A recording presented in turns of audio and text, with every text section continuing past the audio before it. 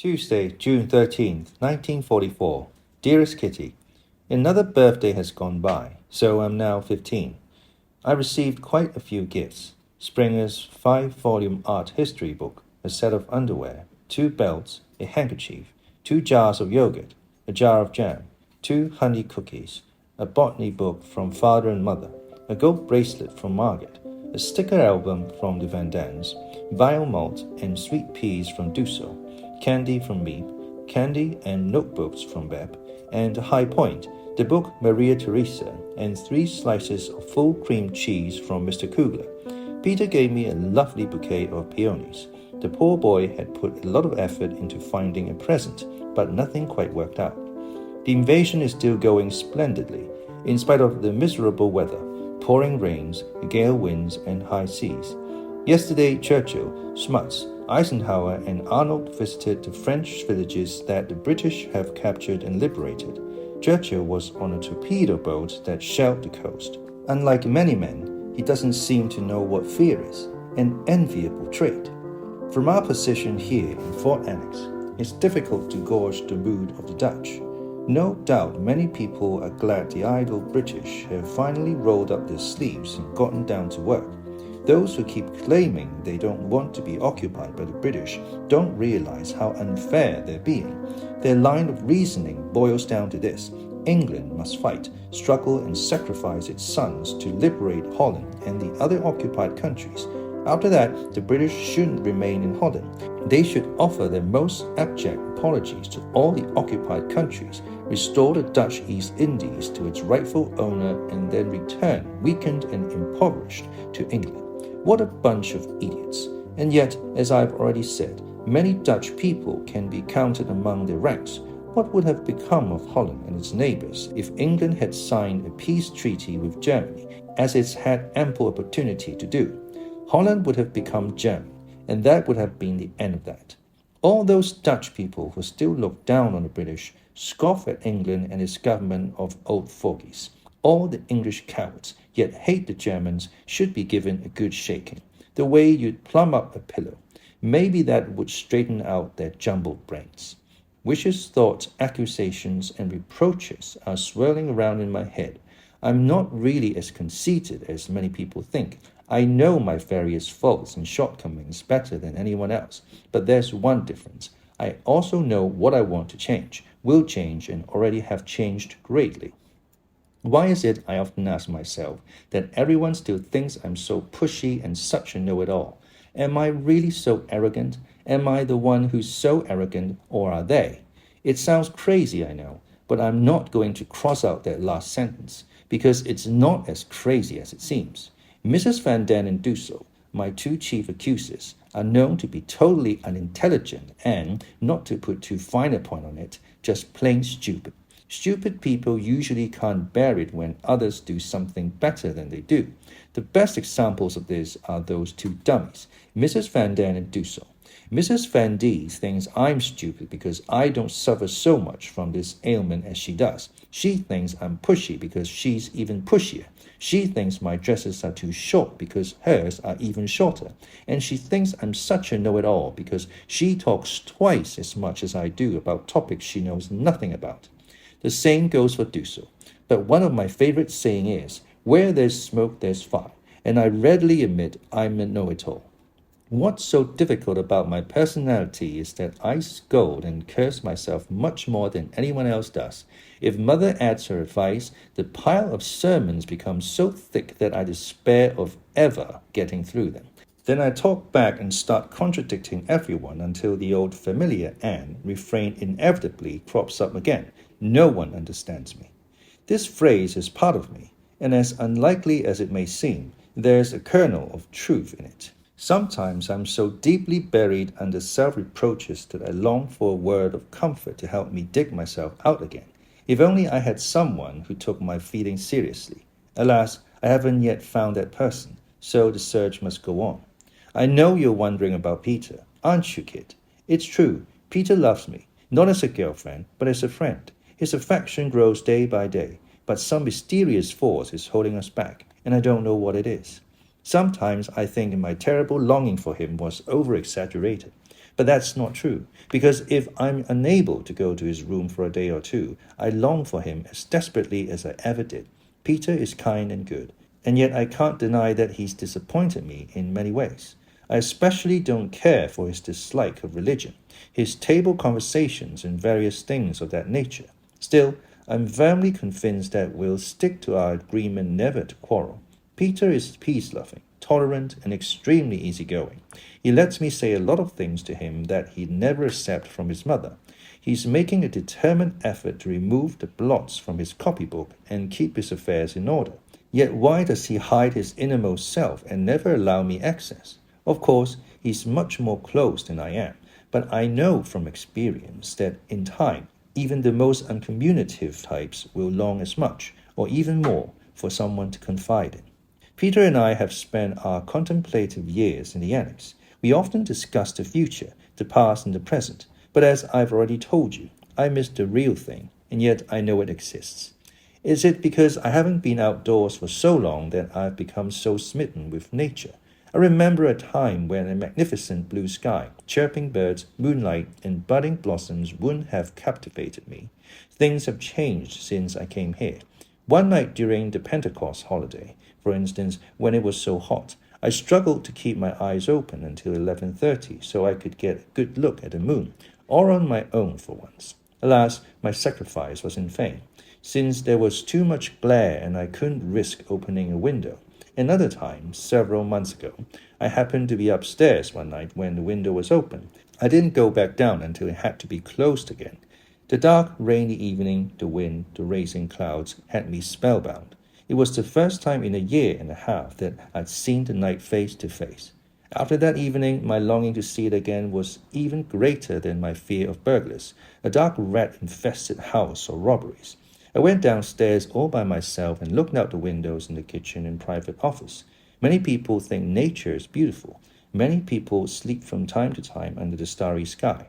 And many people in hospitals and prisons long for the day when they'll be free to enjoy what nature has to offer.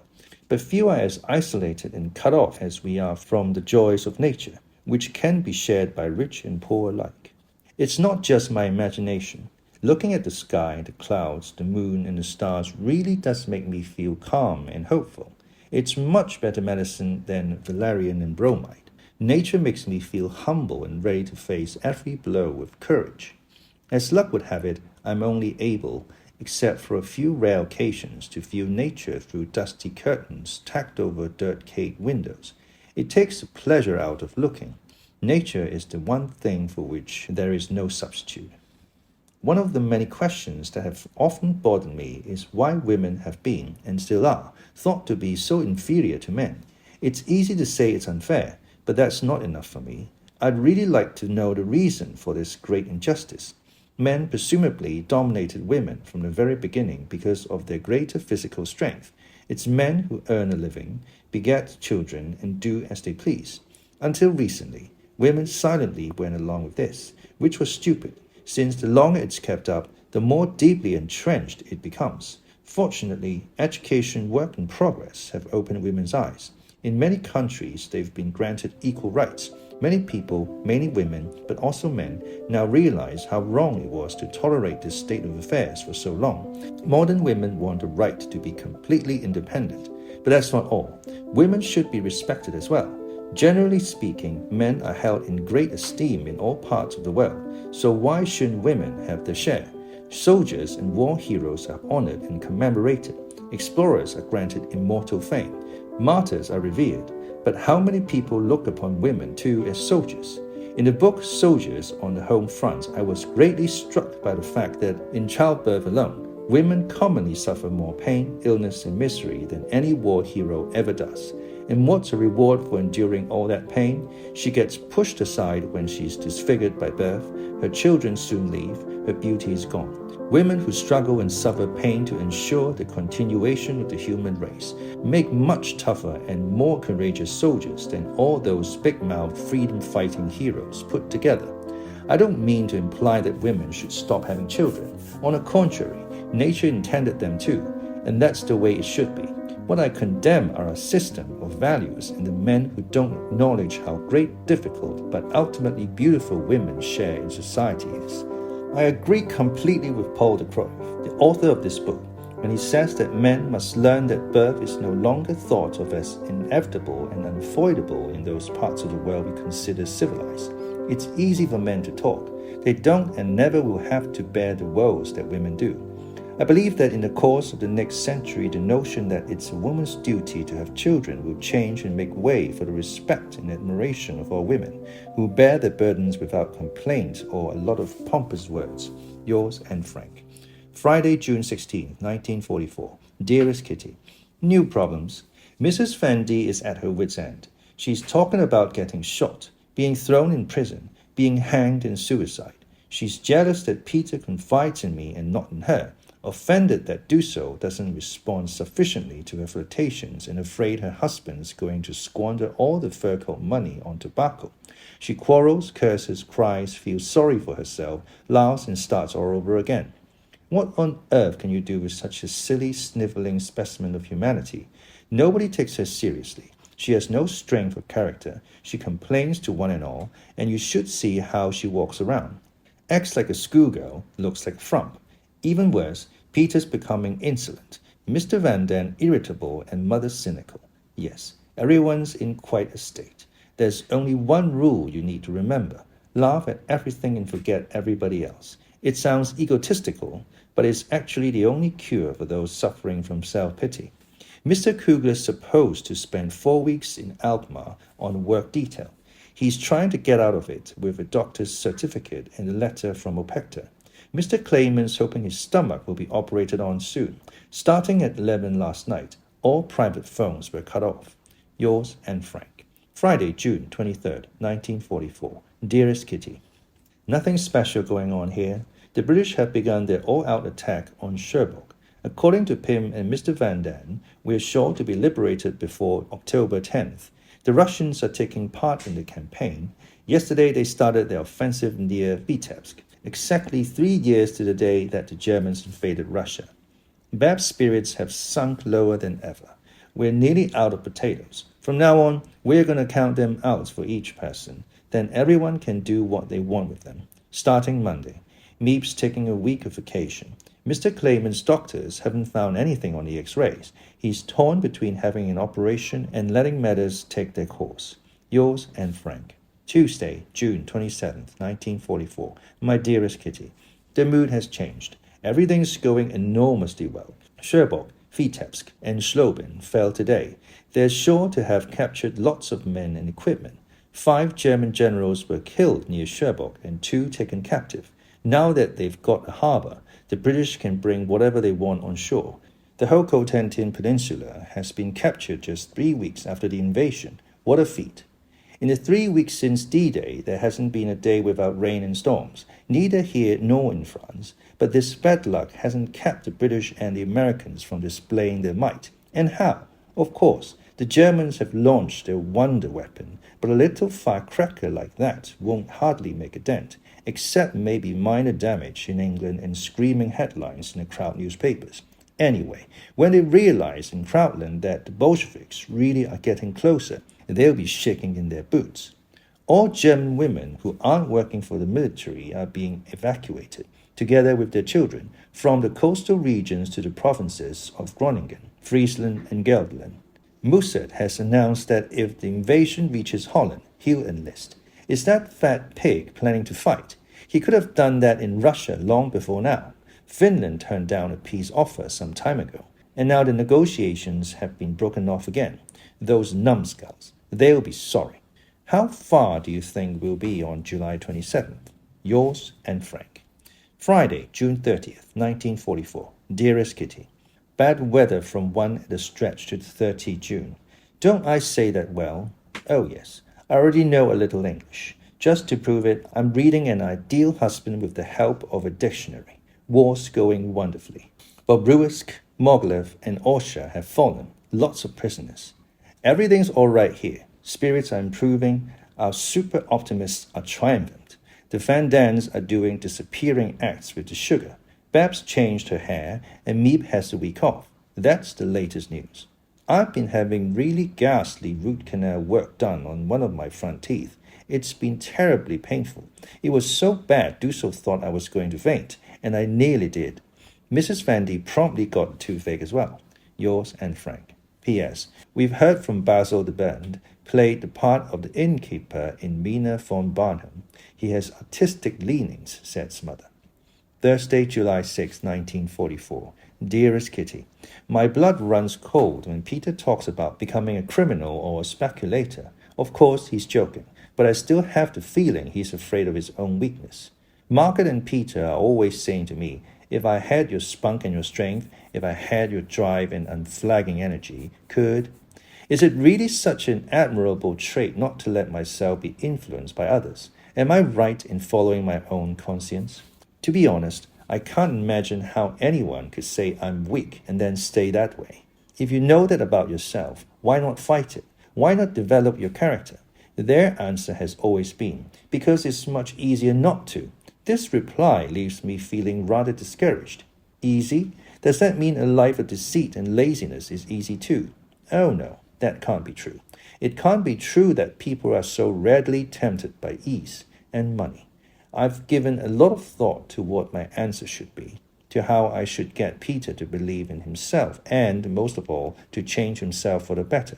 I don't know whether I'm on the right track. I've often imagined how nice it would be if someone were to confide everything to me. But now that it's reached that point, I realize how difficult it is to put yourself in someone else's shoes and find the right answer, especially since easy and money are new and completely alien concepts to me. Peter's beginning to lean on me, and I don't want that. Not under any circumstances. It's hard enough standing on your own 2 feet, but when you also have to remain true to your character and soul, it's harder still. I've been drifting around at sea, have spent days searching for an effective antidote to that terrible word easy. How can I make it clear to him that, while it may seem easy and wonderful, it will drag him down to the depths, to a place where he'll no longer find friends, support, or beauty, so far down that he may never rise to the surface again? We're all alive, but we don't know why or what for. We're all searching for happiness. We're all leading lives that are different and yet the same. We 3 have been raised in good families. We have the opportunity to get an education and make something of ourselves. We have many reasons to hope for great happiness, but we have to earn it, and that's something you can achieve by taking the easy way out. Earning happiness means doing good and working, not speculating and being lazy. Laziness may look inviting, but only work gives you true satisfaction. I can't understand people who don't like to work, but that isn't Peter's problem either. He just doesn't have a goal. Plus, he thinks he's too stupid and inferior to ever achieve anything. Poor boy, he's never known how it feels to make someone else happy, and I'm afraid I can't teach him. He isn't religious, scoffs at Jesus Christ, and takes the Lord's name in vain. And though I'm not orthodox either, it hurts me every time to see him so lonely, so scornful, so wretched. People who are religious should be glad, since not everyone is blessed with the ability to believe in a higher order. You don't even have to live in fear of eternal punishment. The concepts of purgatory, heaven and hell are difficult for many people to accept, yet religion itself, any religion, keeps a person on the right path. Not the fear of God, but upholding your own sense of honor and obey your own conscience. How noble and good everyone could be if, at the end of each day, they were to review their own behavior and weigh up the rights and wrongs. They would automatically try to do better at the start of each new day and, after a while, would certainly accomplish a great deal. Everyone is welcome to this prescription. It costs nothing and is definitely useful. Those who don't know will have to find out by experience that a quiet conscience gives you strength. Yours, Anne Frank.